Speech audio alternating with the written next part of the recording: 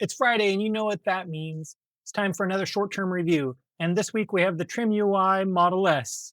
And I know that this little handheld has been quite divisive in the comments. Some love it, some think it's too small. That's perfectly understandable. As all week, I've been pondering, is this the ultimate everyday micro handheld, or is it more of a pocket novelty or quick nostalgia bursts? Today, we're looking at one of the smallest handhelds I've ever used. But does small mean limited, or is there more to it than meets the eye? Let's find out right after this.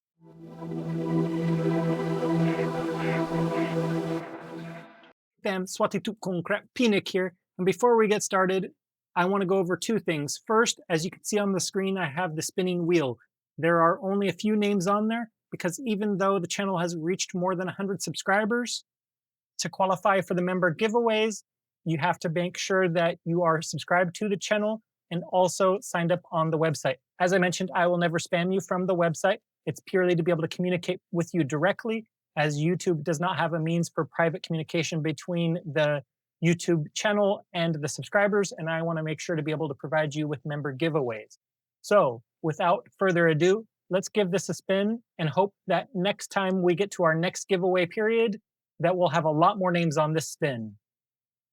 Okay, great. So if you look at this, this is one of our newest subscribers. I believe he's only been subscribed for about a week.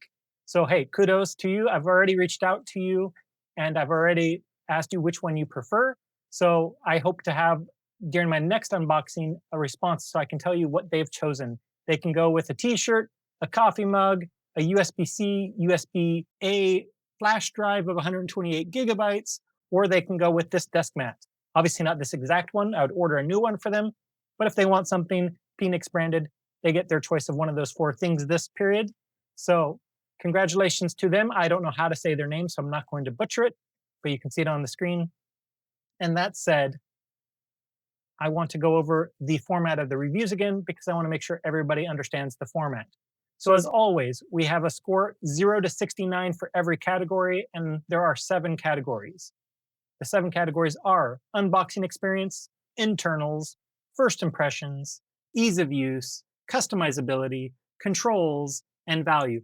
At the end, I'll give you your overall final average score, the top pros and cons of the device, and who I think this device should be for and who is it not for. And as always, my rating system is as objective across all devices as possible. So it may not seem fair to rate this against my ROG Ally X, but absolutely, I want to make sure I'm providing a comprehensive comparison so you can know where it truly stands. So it truly is actually against the ROG Ally X, the AYN Odin 2 portal, and more. Because again, I want to be as accurate as possible for you so you can know if this is worth keeping in your pocket. So without any further ado, let's get started with the unboxing experience. And you can see this is truly a nice cardstock box for the price, and it's already designed for retail. As you can see, they even have the barcode there so you could actually scan it into a system and sell it retail. So it would belong right on the shelves. It would belong right on the shelves of something like Walmart or Best Buy. I think that's really cool that they provide a nice retail ready box that actually looks sharp. You can tell I got the red device with the 32 gigabyte memory card. They have, I believe, 5 different colors and either 32 gigabytes or 64 gigabytes. So unless you're including your own games, you can basically get every retro console game on a 32 gigabyte card because those 8-bit and 16-bit games, or you want to include other things on your micro SD card, 32 gigabytes should be more than enough for the average person. And I'm sure you're looking at this if you didn't watch my unboxing and you're like, Nick, you said you got red, but I see transparent. That's right. But the back is a beautiful red. Now, as I mentioned, I believe they have 5 different colors. So this is just one of those colors, but I'm glad that they offer it. And inside the box, of course, you get the device inside of a tray with your traditional USB-A to USB-C cable.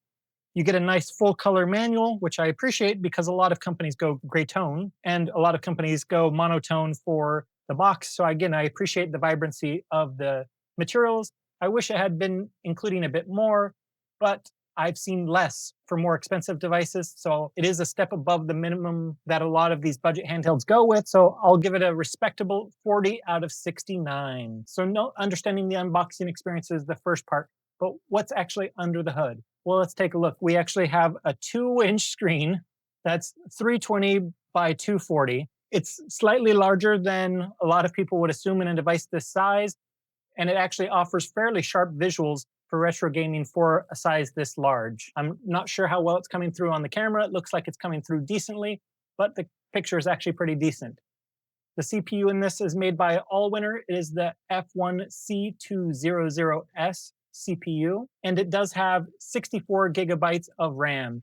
That's more than enough for things like Pico 8, Sega Genesis, Super Nintendo, and the NES and other 8-bit generation consoles.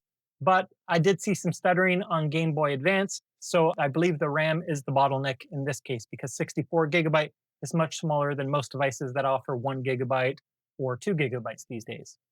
Now, with the micro SD card, as I mentioned, I got the 32 gigabyte variety, but it does go up to 64 gigabytes depending on which one you get.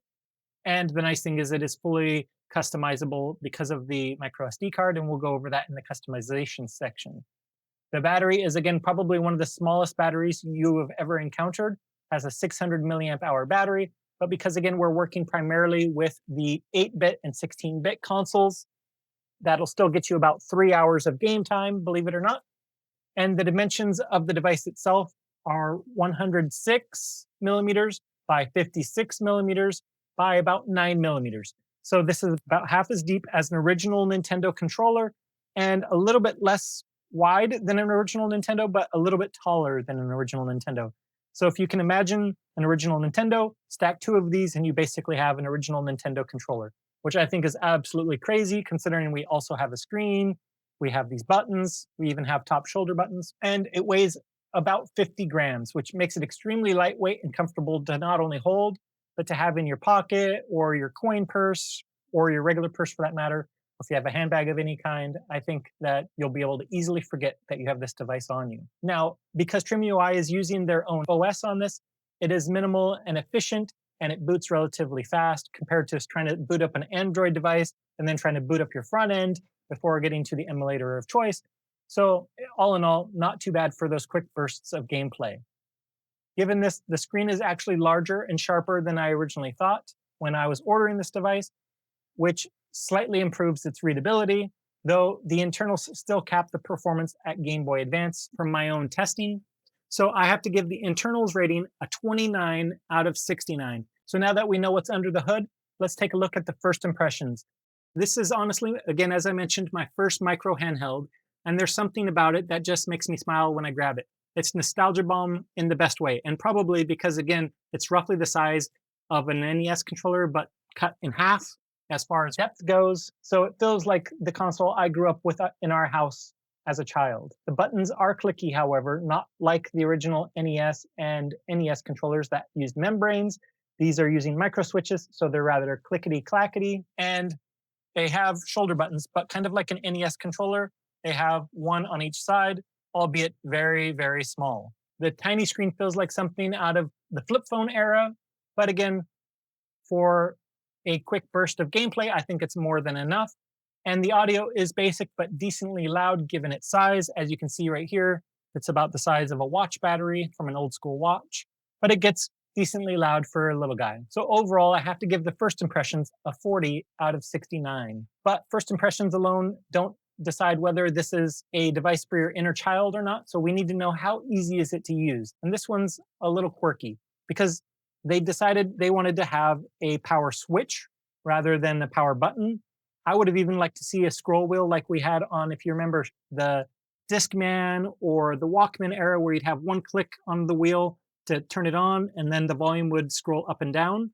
But instead of that, you have to go into the menu all the time to be able to adjust the volume of this device. And the game selection is a bit confusing because it does have a games section. Let me just show you here. Okay, there we go. All right, so we have retro game and we have game. And the first time I loaded it, game was on here, so I tried loading it and it was empty and I was a bit confused. So apparently you can load your own games. I'm not sure what games you'd be loading there, but And just keep in mind, you want to go to retro game to be able to play your retro ROMs. Like say, this device does come with games, but you can obviously add your own ROMs as well.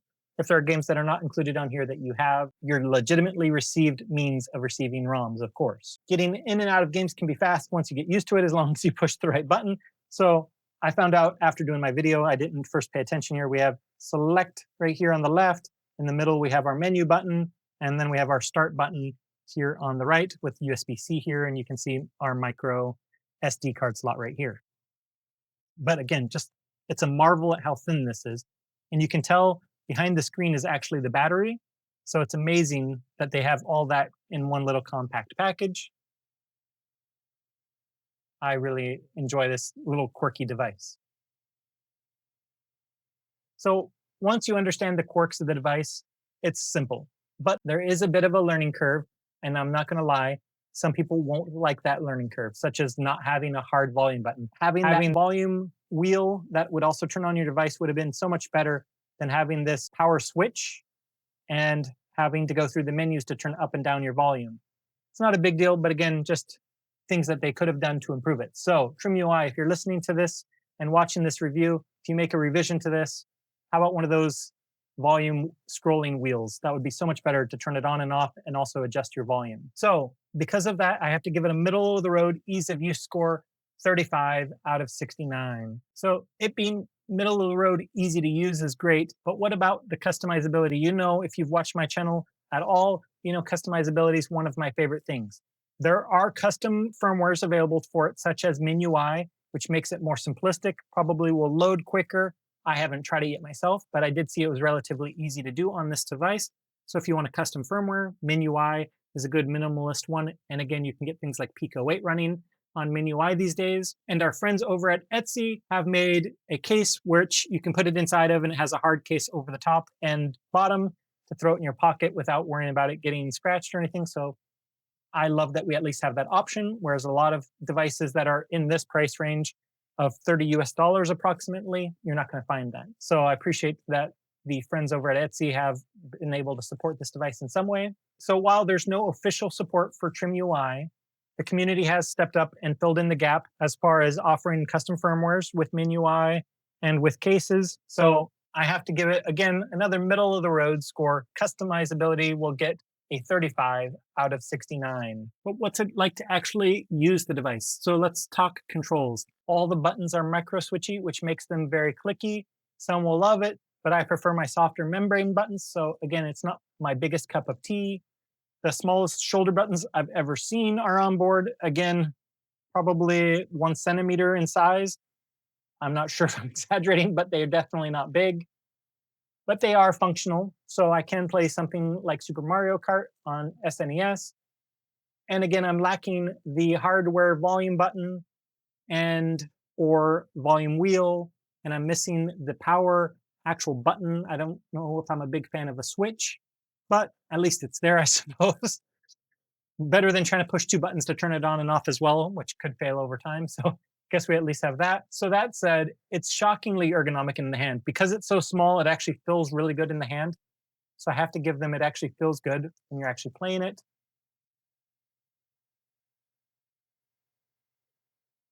Because again, it is roughly the same size as an original NES controller. So if you've held one of those in the last 20 years, you'll know how it feels. It's just smaller, so it's more ergonomic because it's going to be feeling less blocky because it's so much thinner, as it's about as thin as a regular smartphone.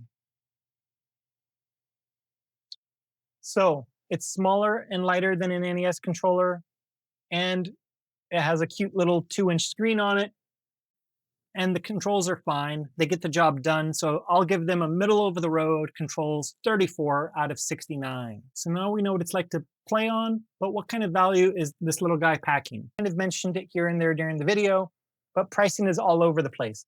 I've seen some stores that offer one color on AliExpress for $20, and I got my unit for $27. Granted, they only had the red, but red is my favorite color, so I had to go with it. Just kind of an obligation in that regard. And I've seen some stores with a range of colors and having the 64 gigabyte card for up to $60. So There are cheaper devices with bigger screens and quieter buttons, but few have the pure nostalgia appeal this device has, and few have the ability to be a conversation starter like this device does. A lot of people will see it on your desk if you put it on your desk and immediately want to ask questions about it. And not only can you tell them, does it play actual games, but it has a nice little 2-inch screen that's relatively clear. As you can see in the picture, it may not be the greatest screen in the world, but for 2 inches, I'm not going to complain about the screen. And for me, I think that this is perfect for short play sessions, perfect for quick trips, or as a desk toy. For example, if you get back from your lunch and you have 6 minutes to go before you start work again, maybe play a game of Super Mario Kart on this little guy and you'll have a lot of fun for that race and then get back to work. So don't expect all day gaming sessions, but those sessions with quick bursts like that, I think it's ideal for that. But still, I have to consider there are devices with bigger screens, quieter buttons, and offer as many games or more for the same type of money. So I have to give the value a 30 out of 69. Now let's put it all together by going over the scores of each category. The unboxing got a 40 due to its colorful nature and better than expected box. The internals got a 29 due to its limited functionality for retro gaming. The first impressions got a 40 because it's cute, nostalgic, and puts a smile on your face when you see it. And I promise you, everyone that has seen it instantly smiled and said, hey, what is that? The ease of use got a 35 due to it being quirky at first, but intuitive after learning the processes. The customizability got a middle of the road 35 due to its limited but present customizability software and on the outside with the case. I appreciate that we can actually get that. The controls get a 34 because the buttons for me are clicky and tight, which isn't for everyone. I would prefer the membrane that would be nice and soft. And the value is 30 due to it being a niche device with the price to match. And that gives us an overall score rounding to the nearest number, 35 out of 69. So what are the top pros of the device? Well, as I've mentioned a few times, it's ultra portable. It fits in any pocket, even coin pockets. It's surprisingly ergonomic despite its size. The nostalgic and fun design makes it stand out in the pack by far. And it always sparks conversations when anyone sees it for the first time. And I have to admit, this little screen is actually a win because while it may not be the highest resolution screen, it's not going to be what Apple calls a retina display by any means. For retro games, I think that this display overshoots its $30 price tag as far as that goes because it looks really good and makes you feel like you're playing a retro console. So I appreciate the screen, honestly. That said, the biggest cons are the weak internals, mainly the lack of RAM. With only 64 gigabytes of RAM, you're even getting stuttering on Game Boy Advance games. For me, again, I want a physical volume button, whether it's an actual button like we get on our phones today, or get the scroll wheel like we had on the Discman. I think that would be fantastic. The shoulder buttons are comically small. They are usable. I just wish they were double the size in every direction. Then they would be a lot more fun to play with. And also, for me, being that I want to recommend this device for people, the inconsistent pricing and availability. The colors are all over the place as far as what sellers have, and the pricing varies greatly. As I said, I've seen it as low as $20. Mine was $27, and I've seen it as high as $60. The highest memory card and having all color options available. So who should buy it? First, I would say the nostalgic gamer who wants a fun, unique device to leave at their desk. And two, the micro handheld collector or modder looking for a conversation starter. Who should skip it? I'd say anyone looking to emulate Game Boy Advance, PS1, N64, this is not going to cut it for you. And two, gamers who prioritize comfort with quiet buttons and long play sessions. Again, the buttons are loud and you only have about a 3-hour battery life. And do you really want to be playing more than 2 hours on a 2-inch screen? Probably not. But for those quick bursts of game, you're fine. So that's my long way of saying, at the beginning, I pondered whether the TrimUI Model S is an everyday handheld or specialty device. And to answer that, this is definitely a specialty handheld, a micro handheld built for short bursts of joy, not marathon gaming. It's not for everyone, but for those who get it, it's a little device that makes a big impression. Let me know what you think of the TrimUI Model S down in the comment section below. Would you try to daily drive this micro handheld, or would you just put it on your desk and let people ask about it? Don't forget to like, sub, and hit that bell icon for more handheld reviews. And remember to not only subscribe to the channel, but also sign up for the website. free with no ads, no spam whatsoever. Only message ever coming from me will be asking for the details on a giveaway if you win one of the giveaways. And until next time, this has been P. Nick.